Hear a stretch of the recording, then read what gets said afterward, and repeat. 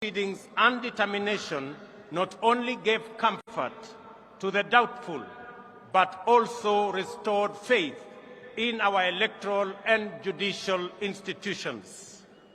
Many countries aspire to have moments like this, and we as Kenyans should not take ours for granted. This is the third election under the Constitution of Kenya 2010 and the second peaceful transition. We have had a robust conversation about this moment and what it demands of us. And we have sought to answer the question whether this is a constitutional moment or an economic moment. In this process, we have demonstrated the maturity of our democracy, the robustness of our institutions, and the resilience of the Kenyan people. My competitors and I mobilized vigorously to offer the citizens of Kenya the most appealing agenda as well as the best roadmap to achieving it. I remain firm in the conviction that all sides in the last election did their best to present a pathway to actualize the people's aspirations. The just concluded election was a choice between competing ideas towards the Kenya we want. Elections and democracy entail unifying competition, not divisive rivalry. The performance of our security services, the performance of the IEBC, and the judiciary was put to severe test. By and large, these institutions lived up to our expectations. We can only aspire to do better in future, and I give my undertaking that my administration shall work to ensure that the bar is raised even higher for the next general elections. A significant dividend of our electoral and democratic process is the tremendous achievement we made in breaking the glass ceiling by enhancing the participation of women in leadership. 7 women were elected as governors, up from 3 in the last election.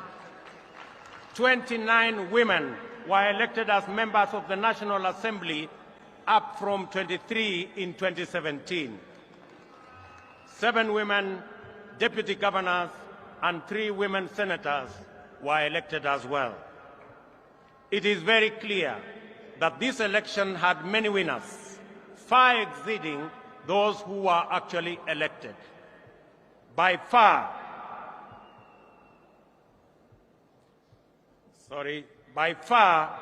the largest winners of this election is the people of Kenya.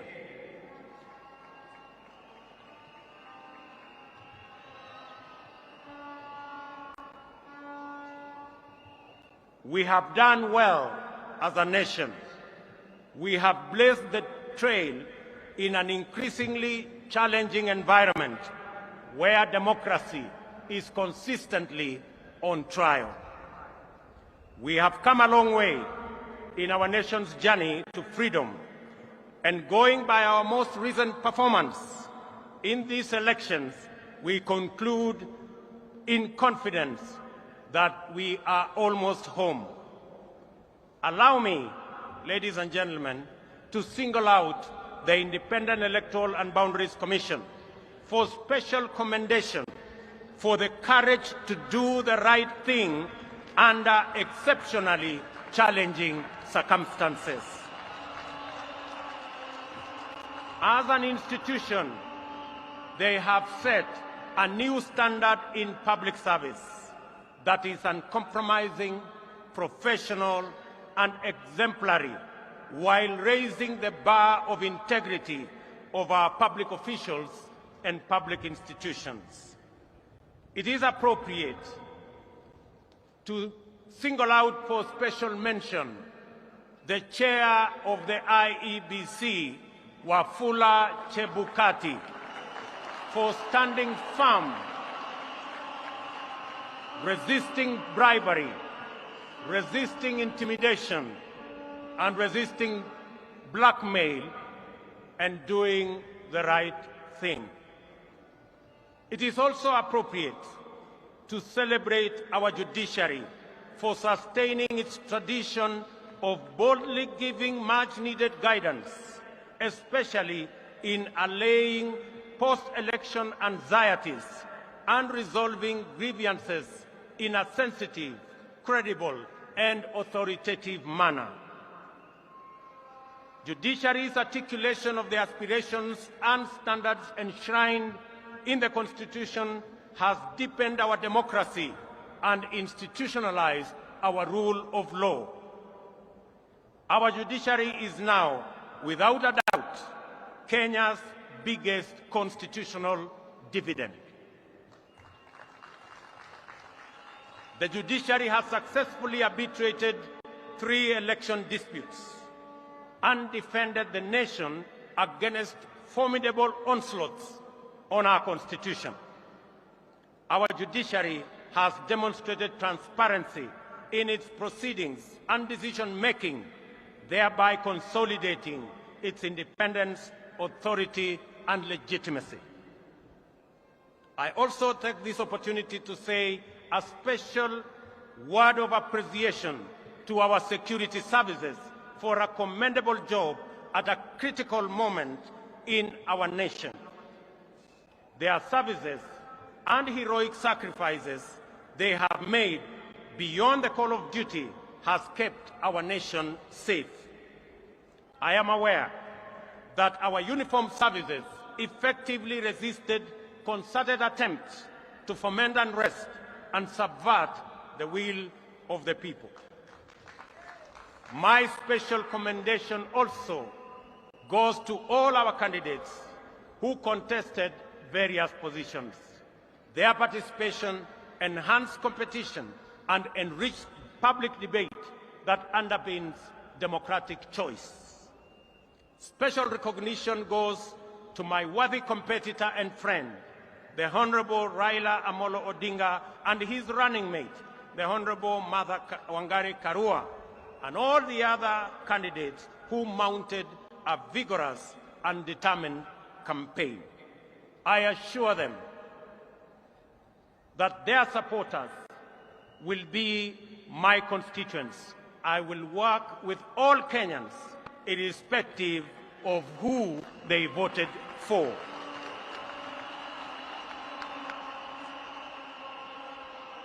Our special gratitude also goes to millions of Kenyans in the Hustler movement for tirelessly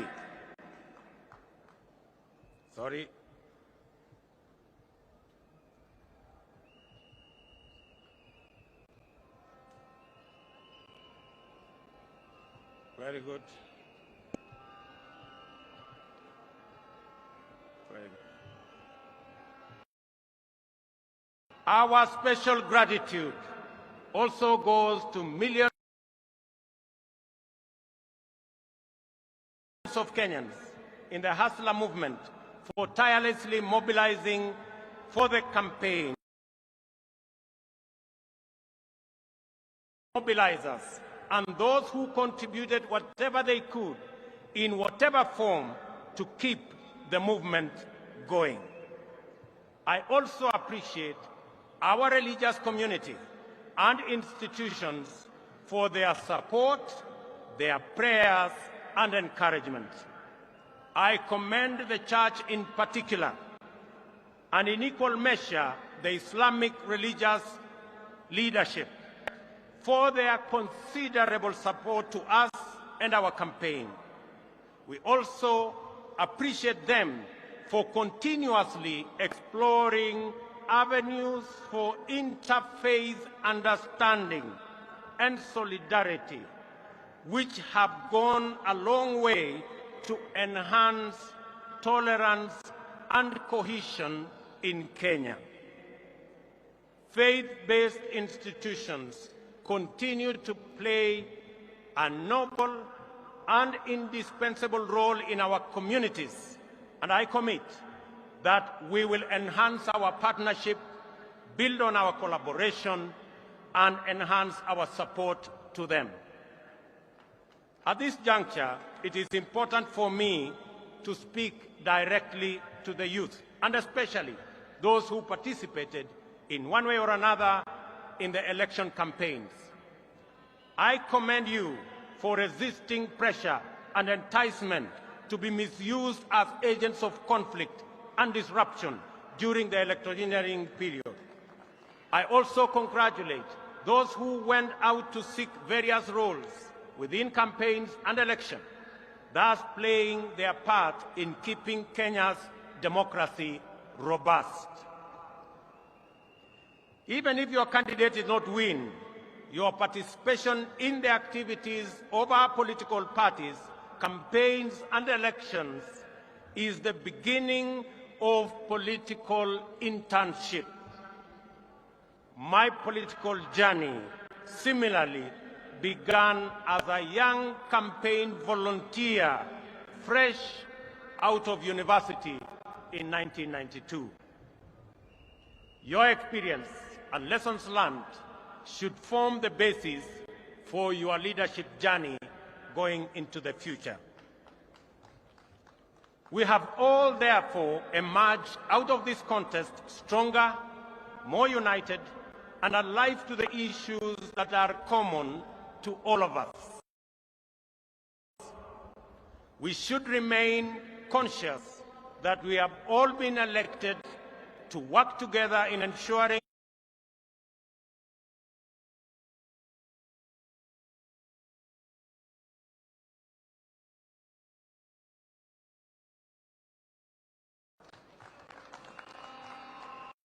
dreams and ambitions live in the hearts of Kenyans who struggle daily against daunting odds, often with nothing except stubborn hope. Some succeed, others fail, while others also do not even get a decent chance. Before the nation and the world today, I stand with great humility and profound joy as a living testimony that with faith in God, willingness to work hard, and a commitment to a vision, dreams can become reality in the fullness of time. I promise to throw open every door of opportunity and to keep every door open until success stories become the norm rather than the exception, and urge all other leaders to do the same so that we can together expand opportunity and chance for many of our citizens. Ladies and gentlemen, we should consolidate our success in the just concluded elections and enhance the capacity and performance of our governance institutions. The innovative deployment of technology to secure election results has been the Electoral Commission's pioneering breakthrough. Going forward, we will support the IEBC's institutional capacity so as to expand the deployment of technology to cover all elections, from those of MCA to those of the President. I also believe that there is tremendous opportunity for IEBC to support electoral processes in our political parties as part of the broader democratic development. To consolidate the place of the judiciary in our constitutional and democratic dispensation, my administration will respect judicial decisions while we cement the place of Kenya as a country anchored on democracy and the rule of law. Our campaign for financial independence of the judiciary has paid off with the implementation of the Judiciary Fund on July 1 this year. My administration will scale up the budgetary allocation to the judiciary by an additional 3 billion shillings annually for the next 5 years. These resources will support the bottom-up scaling of justice by increasing the number of small claims courts from the current 25 to 100. We will also work with the judiciary to build high courts in the remaining 7 counties and magistrates' courts in the remaining 123 sub-counties, and support their ongoing digitization program. These interventions will empower the judiciary to adjudicate and expeditiously conclude corruption cases, commercial disputes, and all other matters, thereby enhancing access to justice and efficiency in our judiciary. To further demonstrate my commitment to the independence of the judiciary, this afternoon I will appoint the 6 judges already nominated for appointment to the Court of Appeal, which was done 3 years ago by the Judicial Service Commission. And tomorrow, I shall preside over their swearing in so that they can get on with the business of serving the people of Kenya.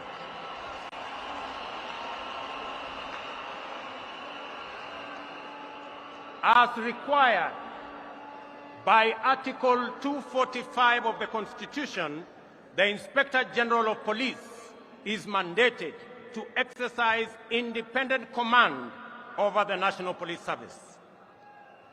The service's operational autonomy, however, has been undermined by the continued financial dependence on the office of the President. This situation is going to change.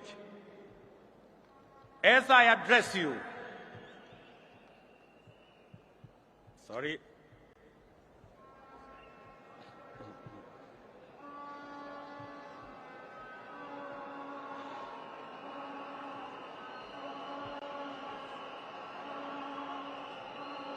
One moment.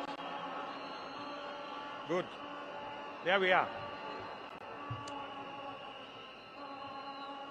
As I address you, I have instructed that the instruments conferring financial autonomy to the National Police Service by transferring their budget from the Office of the President and designating the Inspector General as the accounting officer be placed on my desk for signature this afternoon.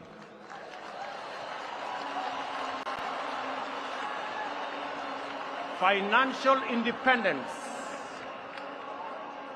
of the police will give impetus to the fight against corruption and end the political weaponization of the criminal justice system, an undertaking I made to the people of Kenya. I understand the deep fissures and low morale in the public service. The intimidation that was visited on IEBC commissioners and staff during the election was also meted out on various other agencies and staff in public service. This is now in the past. I assure all public officers that my administration will respect their professional service, and no public servant, even chiefs and their assistants, will be required to run political errands for any political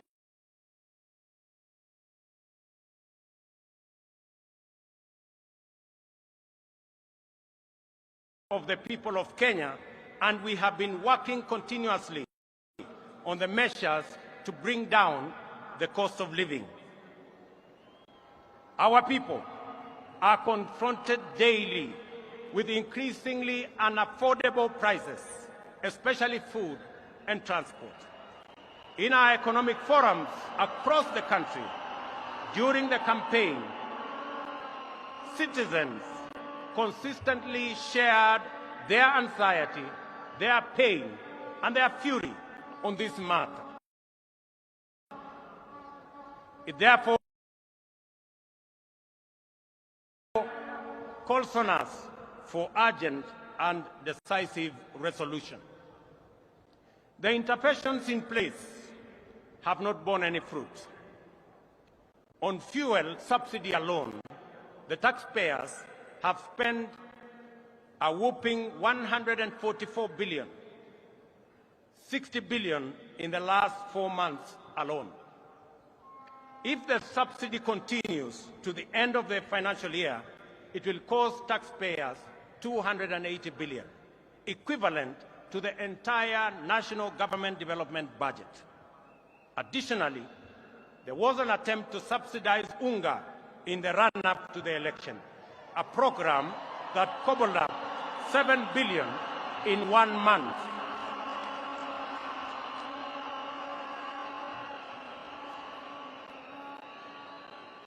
In addition to being very costly, consumption subsidy interventions are prone to abuse. They distort markets and create uncertainty, including artificial shortages of the very products they seek to subsidize. The cost of living challenges are related in our respectful submission to production. Our strategy to bring down the cost of living is predicated on empowering production.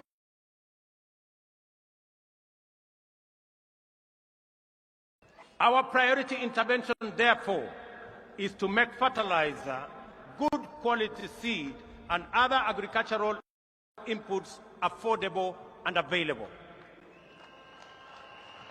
For the short rains, we have already made arrangements to make 1.4 million bags of fertilizer available at Kenya shillings 3,500 for a 50-kilogram bag, down from the current 6,500.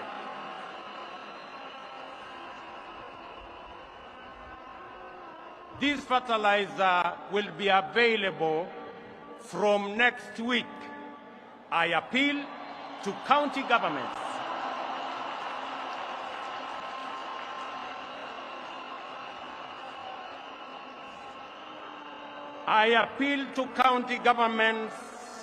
in eastern, central, and western regions where we are expecting short rains to work with us in making sure that this fertilizer is available to all farmers in that region so that we can begin the journey to increase our food production initiatives.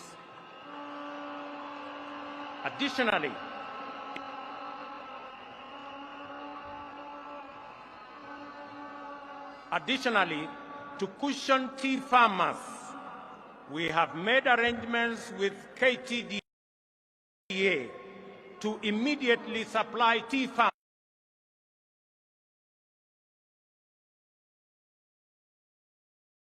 and in the long term. We are alive to the challenges of drought that face 7 counties, which are now at alarm, or 13 that are at alert stage, respectively. We are determined to ensure that no county slips into emergency phase, and will coordinate with county governments, which are the first line of our response. And I want to ask my colleagues, governors from Kenya, and especially those regions,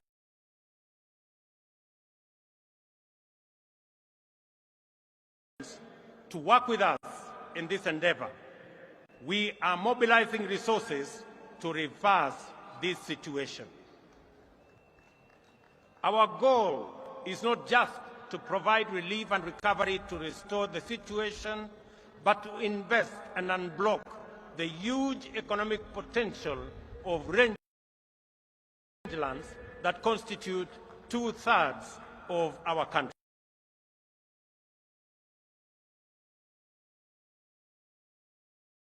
Thousands of them do not find opportunities for productive work.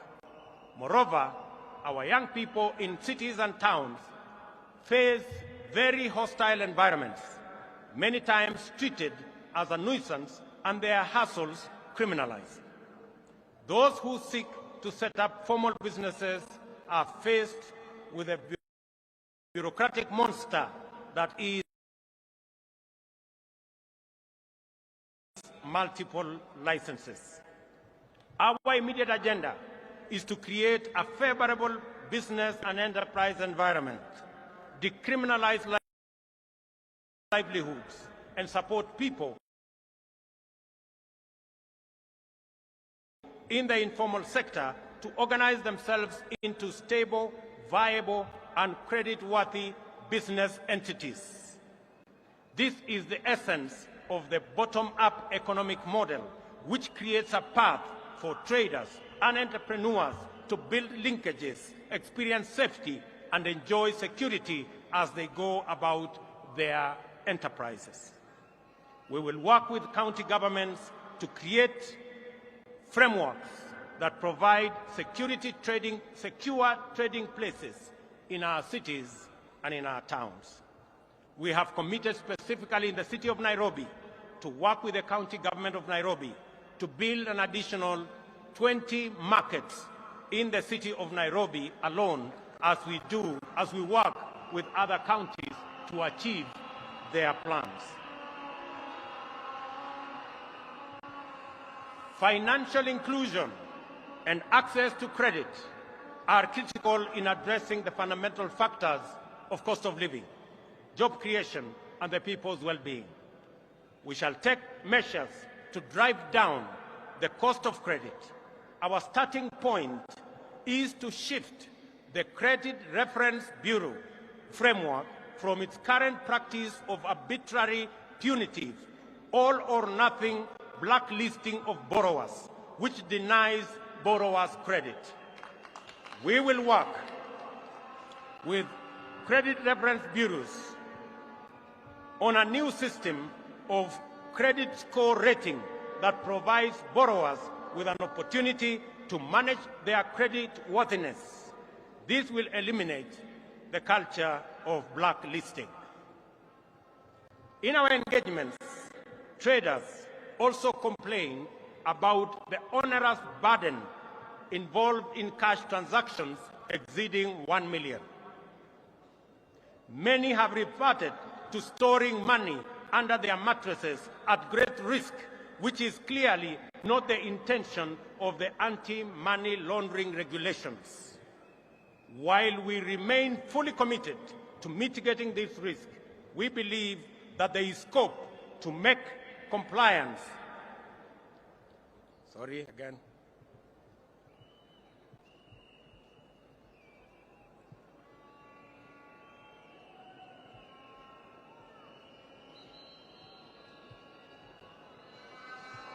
good.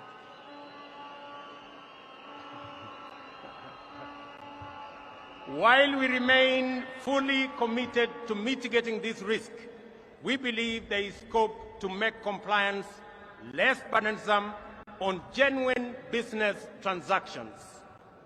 I have been assured by the central bank that work is ongoing on how to ease this burden without compromising the security of our financial system. Shortly, I will be announcing to the country what we have agreed with the central bank so that Kenyans can go ahead and facilitate their transactions without unnecessary impediments. Ladies and gentlemen, we shall implement the Hustler Fund, dedicated to the capitalization of micro, small, and medium enterprises through chamas, SACCOs, and cooperatives to make credit available on affordable terms that do not require unnecessary collateral.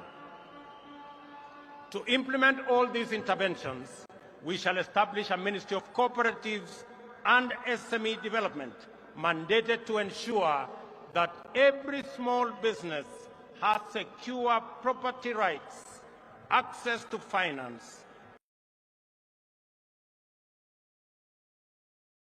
and a supportive regulatory framework. Furthermore,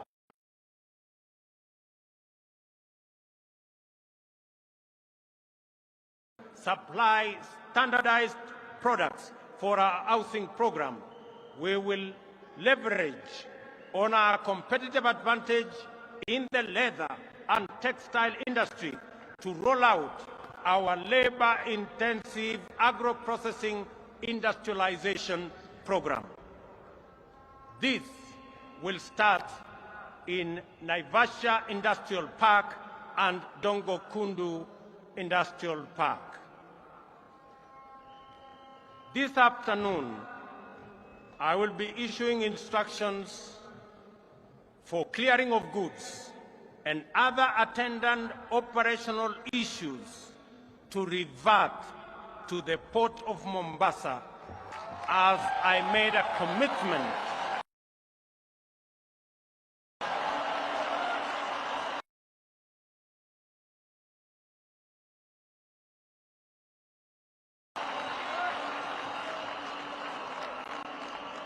to Kenyans.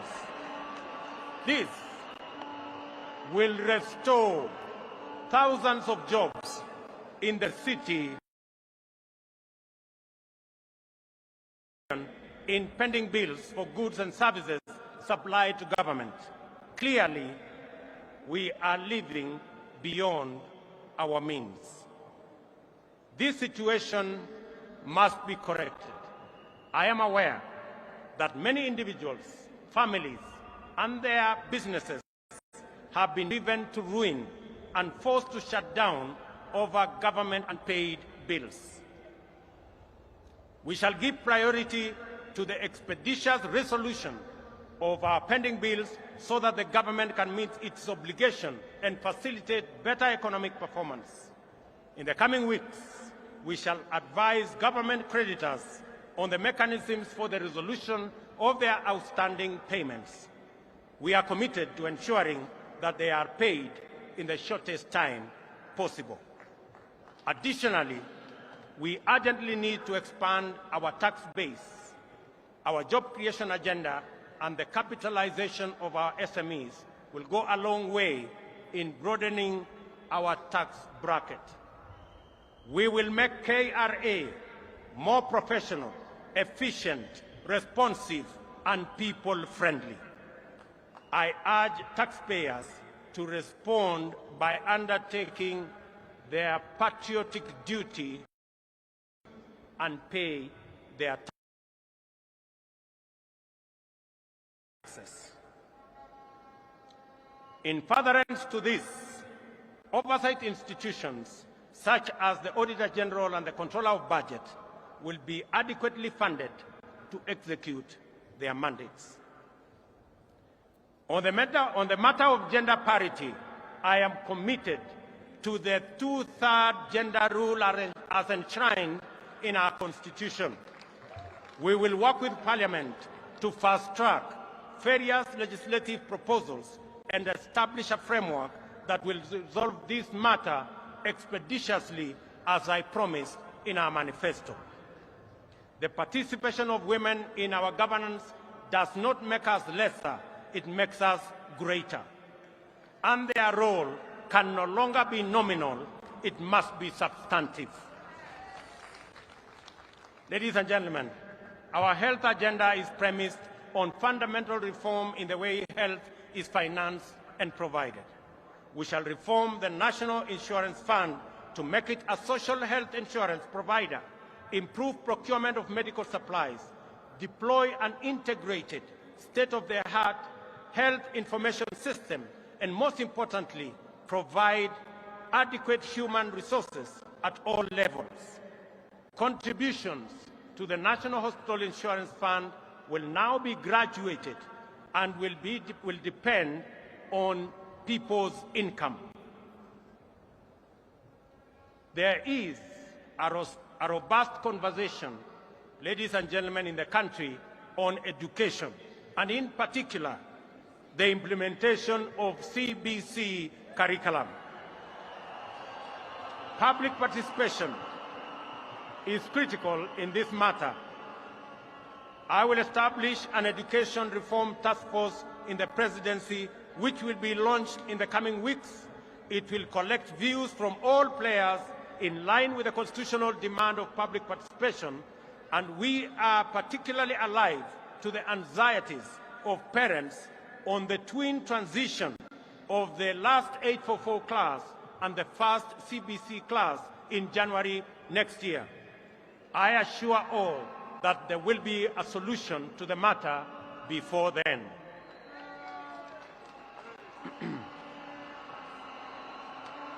We have elevated our diaspora to the 48th county. The complaint has always been that the diaspora does not receive adequate attention and attention they deserve. The focus has been on remittances, while the fundamental rights as citizens have been neglected.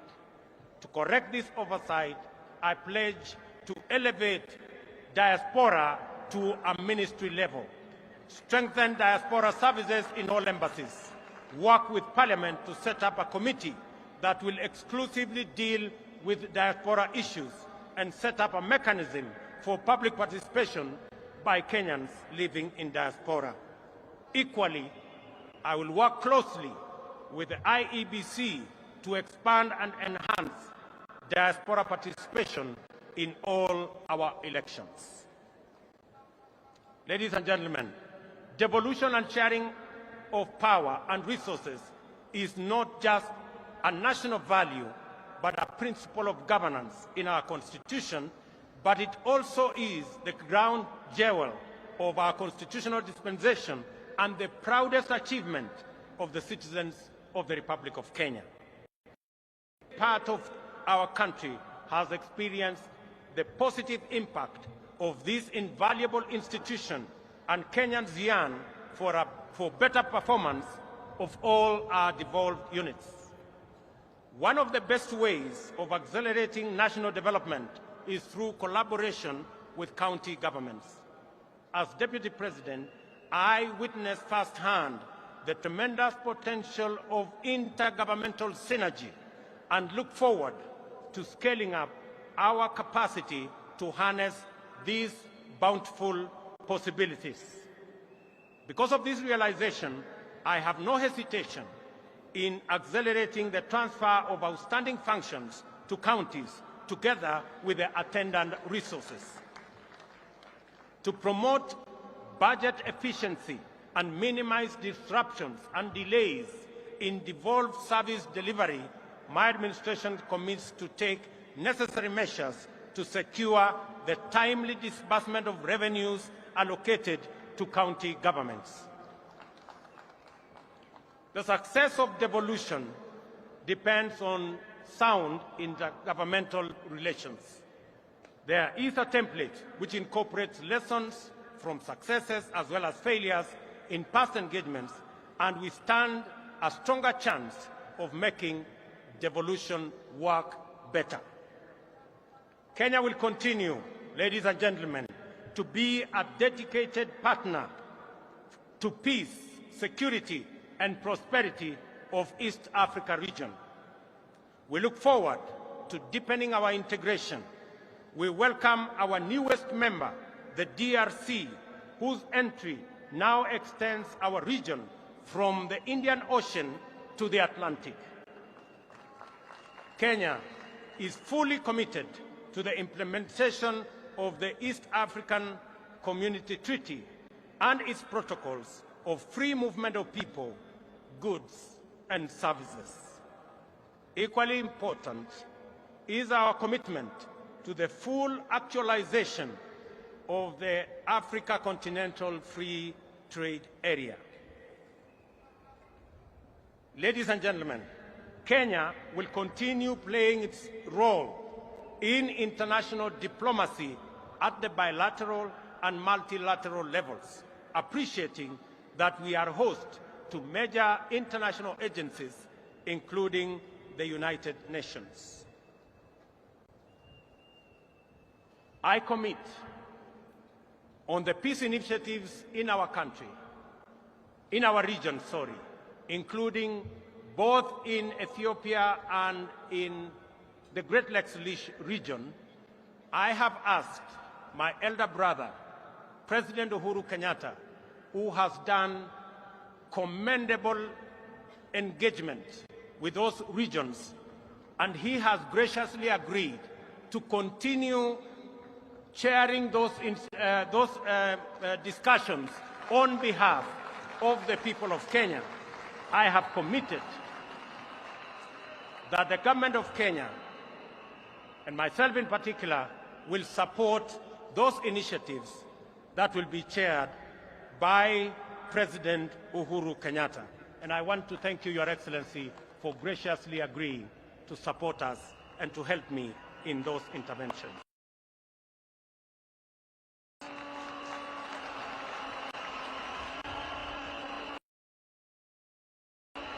Among the central concerns of my government,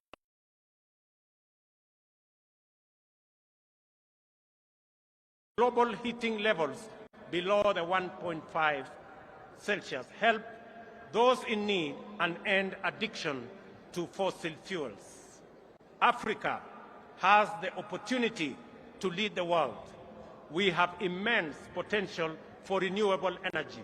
Reducing costs of renewable energy technologies make this the most viable energy source. Kenya is on transition to clean energy that will support jobs, local economies, and sustainable industrialization. In Kenya, we will lead this endeavor by reaffirming our commitment to transition to 100% clean energy by 2030. We call on all our brothers and sisters in our continent to join us in this journey. As members of the international community, we shall support a successful climate summit in Africa in November by championing delivery of finance and technology needed for Africa to adapt to climate impacts, support those in need, and manage the transition. My administration is ready to work with global partners to fight pandemics and other health emergencies. We are also committed to promoting Kenya's vigilance and efficacy in responding to emerging public health challenges. We stand ready to play our role in the collective effort to keep the public safe. I call upon countries that have developed vaccines to make them available to us. Ladies and gentlemen, my government commits to create a business-friendly environment, eradicate barriers that hamper business development and growth, and make Kenya one of the most compelling and attractive business destinations. We are an open, democratic society founded on freedom and justice. We take pride in receiving visitors and offering them our legendary hospitality. Kenya is a land of immense natural beauty and unforgettable delights. Ladies and gentlemen, I stand here on my day one as president.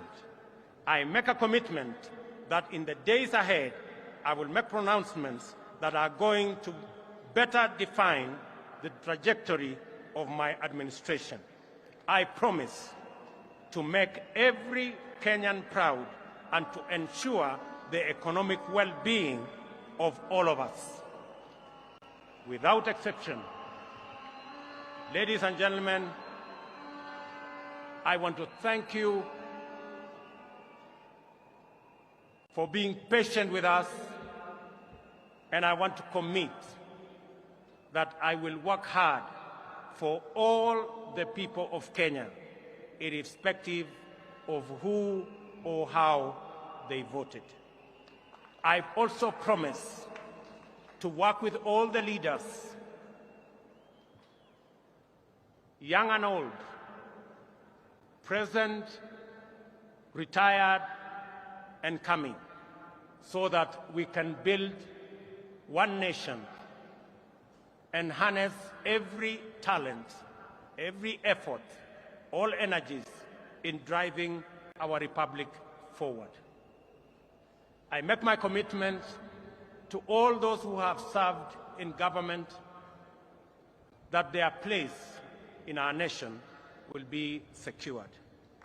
To our friends in our region, in Kenya, you have a reliable partner, and we look forward to building on the success of the leaders who came ahead of us.